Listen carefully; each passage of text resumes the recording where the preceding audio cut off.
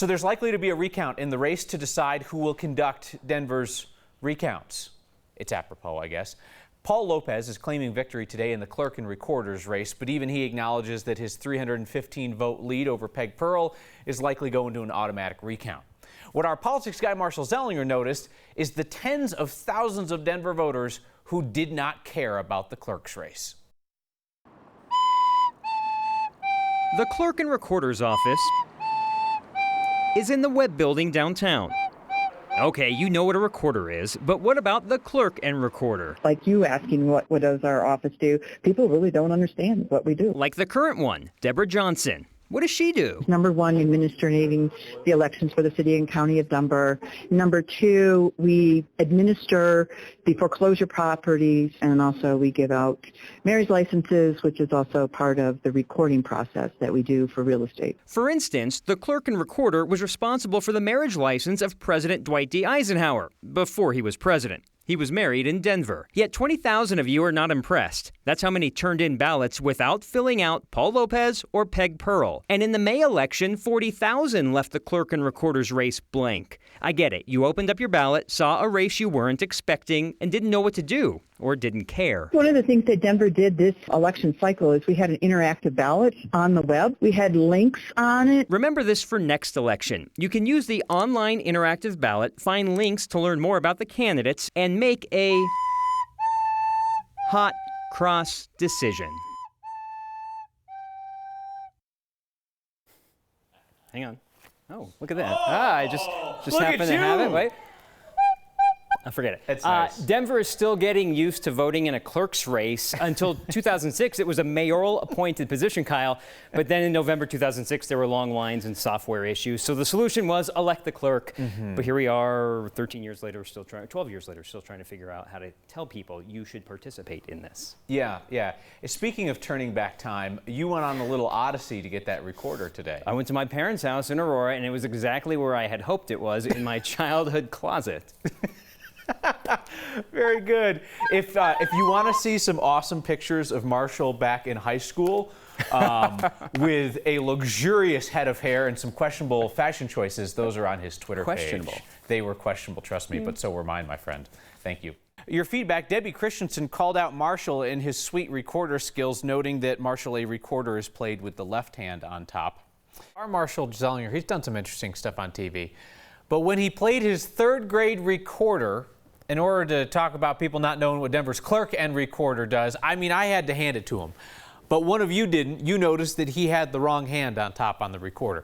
We are committed to accuracy here at Next, so Marshall went back for another lesson from his music teacher at Tollgate Elementary in Aurora. Sounded better on the TV. It did. Well, I had a few takes at it that people didn't have to see. Mrs. Roberts, my music teacher from Tollgate, she's allowed to tell me like it is, especially when she's got blackmail. Yearbook photos of me in first and second grade. Dashing young you're fellow. Smiling really good, too. On Wednesday, some of you noticed I apparently don't know how to play, or at least hold, a recorder. I was called out for doing the recorder this way. Am I doing the recorder wrong when I hold it like I am? So you taught me the right way, I'm just not doing it right.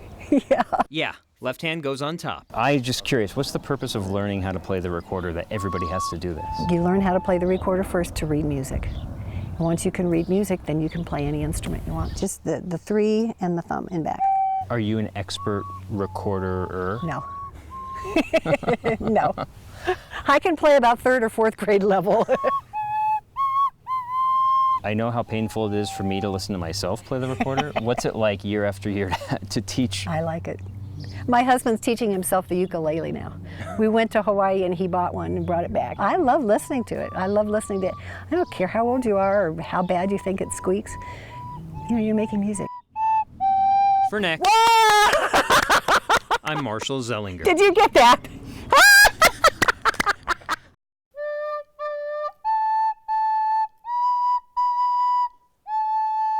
A musical tapestry. Bold. Spellbinding. The artist, Marshall.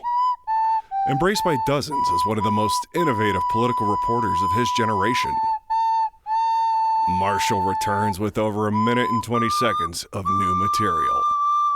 next. This is not an actual product. If you'd like to hear Marshall play the recorder, you can rewatch this video on the next social media accounts.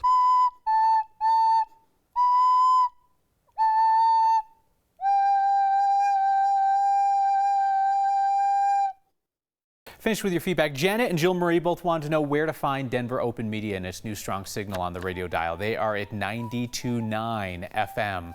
I guess they'll play anybody in town who plays music. Barbara says, wonderful news for everybody. We feel like the next family is our family, but no, we won't pitch in for the weddings. Naomi Bloom says, so missed Next. We moved to Arizona in April, but she chimed in tonight just to say congratulations to Steve and his fiance. I wonder if they thought about music for their wedding. I'm not sure that I really know anybody. And finally, Izzy says, I like Next because with all of the darkness in the world today, it is nice to see a student go back to 3rd grade to learn the recorder. I leave you with the signature stylings of the one and only Marshall Zelinger.